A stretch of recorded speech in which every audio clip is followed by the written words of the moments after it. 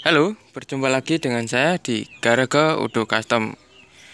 Gimana buat teman-teman kabarnya? Semoga sehat selalu. Gitu ya. Jadi salam buat keluarga kalian semua, teman, sanak saudara. Di video kali ini saya akan ngebahas ya sebetulnya sudah dibahas, cuman ini saya bahas kembali. Yang dulunya itu di YouTube saya di Supra Bapak ataupun Supra Spek Bromo, begitu ya, yang biasa buat ngangkut-ngangkut motor. Jadi gimana motornya kok kuat banget, terus habis itu dengan motor standar tapi kok bisa kuat nanjak gitu. Jadi di sini saya akan ngebahas ya. Di sini per kopling ya. Ini maupun kopling maupun belum kopling di sini bisa diaplikasikan gitu ya. Jadi di sini sebelumnya memakai per kopling yang racing. Ini pemakaian sudah sejak 2016 gitu ya, kurang lebihnya 2016. Nah, di sini kampas sudah diganti tapi kok masih selip begitu. Kok masih selip. Nah, ini solusinya gimana gitu. Apa mungkin dari pernya itu atau mungkin minta per yang standar lagi gitu. Jadi di sini saya akan jelaskan ya. Nah, per ini sudah lembek, dia sudah lembek atau bisa dikatakan sudah termakan oleh mekanisme pegas atau pemegasan gitu. Jadi sering lamanya pemakaian kopling ya, dia jadi lembek begitu. Sebetulnya awal-awalnya enak-enak aja gitu. Jadi di sini kampas baru tapi kok masih slip gitu. Jadi di sini saya katakan mendingan pakai per standar aja kalau buat harian ataupun istilahnya naik-naik gunung gitu ya, naik-naik gunung gitu. Walaupun kalian bawa muatan berat gitu, ini tetap bisa memumpuni dengan syarat ini kampasnya ditata. Ini beda loh sama kampas kopling yang lain untuk tatanannya. Di sini speknya saya bikin kampas kopling gunung begitu. Kemarin ini habis jalan ke Dieng, terus ini kok selip itu. Jadi RPM atasnya itu selip. Jadi 4 atasnya, atas yang gigi 4 itu selip, terus 5 atasnya juga selip. Dia nggak mau di RPM tinggi gitu. Nah, ini tak kasih tahu tatanannya apa saja. Yang sebelumnya gini, ini sudah saya lepas biar nggak panjang-panjang videonya, biar bisa kalian mengerti gitu. Ini motor kan tua, mungkin di motor kalian punya GLS 100 ataupun CB standar maupun sudah upgrade maupun pakai draft 21, 22 ataupun 23 istilahnya, maupun custom bebas lah. Jadi saya jelasin dulu, jangan di skip videonya itu. Di sini kan sudah ada jarak ya, jarak batas yang tergores, yang sebelumnya itu rata. Jadi kalau pernah kalian bongkar motor baru ya, motor baru di sini tuh rata. Nah, ini kan ada cekungan ya. Ini yang samping lebih rendah daripada ini gitu. Nah, kelihatan banget ya. Ini selisihnya. Nah, ini selisihnya kelihatan banget. Bentar biar fokus. Nah, itu selisihnya itu ada 1 mili gitu. Selisihnya 1 mili. Dikarenakan apa kok ada selisih? Dikarenakan di sini kan ada gesekan ya. Gesekan dari kampas sendiri. Ini kampas sendiri ini. kampasnya sendiri. Nah, ini menggesek dari tahun lamban tahun terus menerus dan menghasilkan cekungan itu. Dan berikutnya juga sama. Di sini untuk di rumah kopling ataupun driver. Ini namanya driver kopling. Nah, ini kelihatan banget ya. Nah, ini juga sama kan, ada cekungan. Nah, ini ada cekungan ini. Nah, bukti bahwasanya yang samping ini tergores dan yang posisi dalam ini tidak tergores. Nah, ini. Nah, ini untuk sudah terjadinya gesekan. Ini termakan setengah mili itu ya. Yang pinggir lebih rendah, yang dalam agak tinggi. Gitu. Nah, gimana cara menyiasati?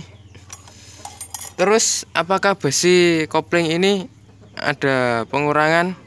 Biasanya kalau sudah lama itu punya GL ataupun ya istilahnya punya motor lama yang sering dipakai, ini sudah polos ya. Ini tidak ada pori-pori ataupun cekungan buat oli. Jadi ini sudah mulus rata. Nah, ini gimana cara menyiasatinya? Apakah pakai kampas 5 ataupun 6? Ini tak kasih tahu caranya. Jadi untuk natanya itu ini tetap ya, nggak usah dirubah. Ini dipasang gini. Habis gitu dipasang lagi ini. Video jangan di skip. Ini ada penjelasan khusus. Gini. Terus habis gitu dipasang untuk kampas besinya ataupun kampas penahan ini satu lagi, terus ditambah lagi kampas lagi ya, jadi gini. Nah, kalau sudah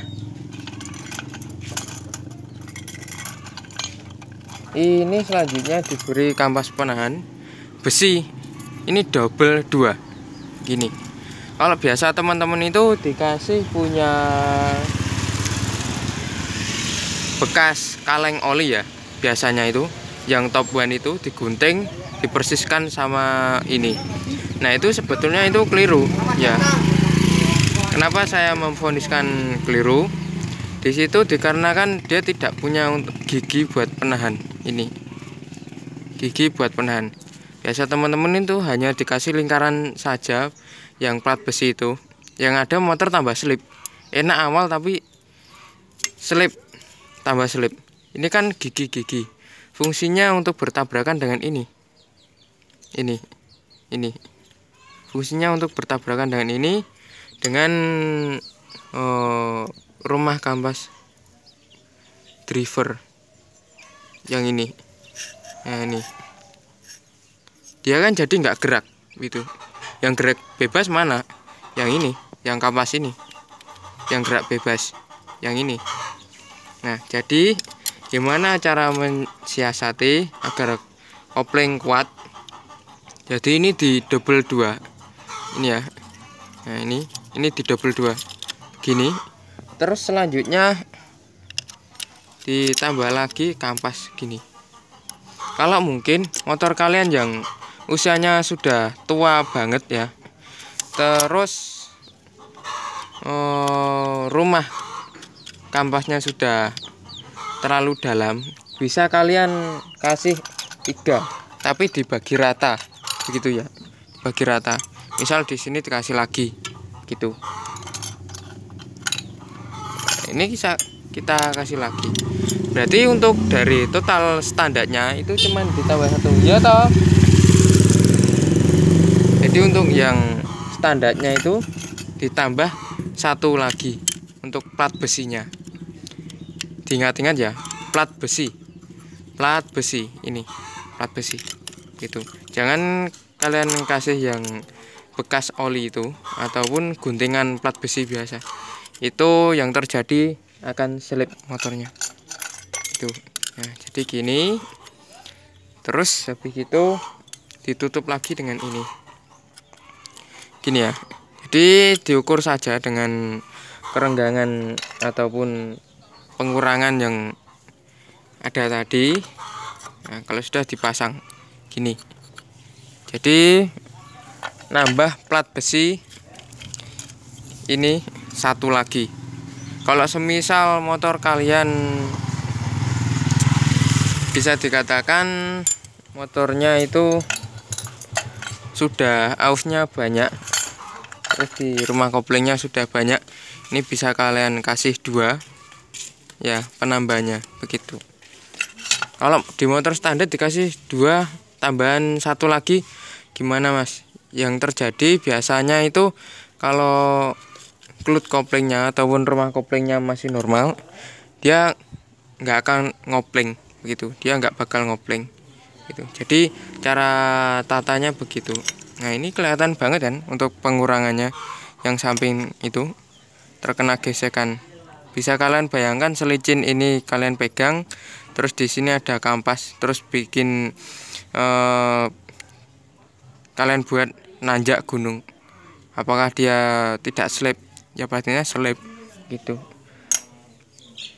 Sedikit atau lebih dia pasti ada slipnya sedikit gitu. Nah ini buat rekomend teman-teman yang pernya kopling pakai racing, yang nggak tahu ini mungkin original ataupun imitasi ataupun repro, saya nggak tahu. Yang pastinya ini sudah lembek begitu. Ini sudah lembek. Ini pemakaian 2016. Lama kelamaan kok ada selipnya di motor ini. Terus saya curiga kok di pernya ada kendala gitu. Nah jadi begitu saja. Ini saran buat teman-teman yang biasa orang-orang gunung begitu ya. Ini kemarin kan habis ke Dieng Wonosobo. Nah ini selip gitu.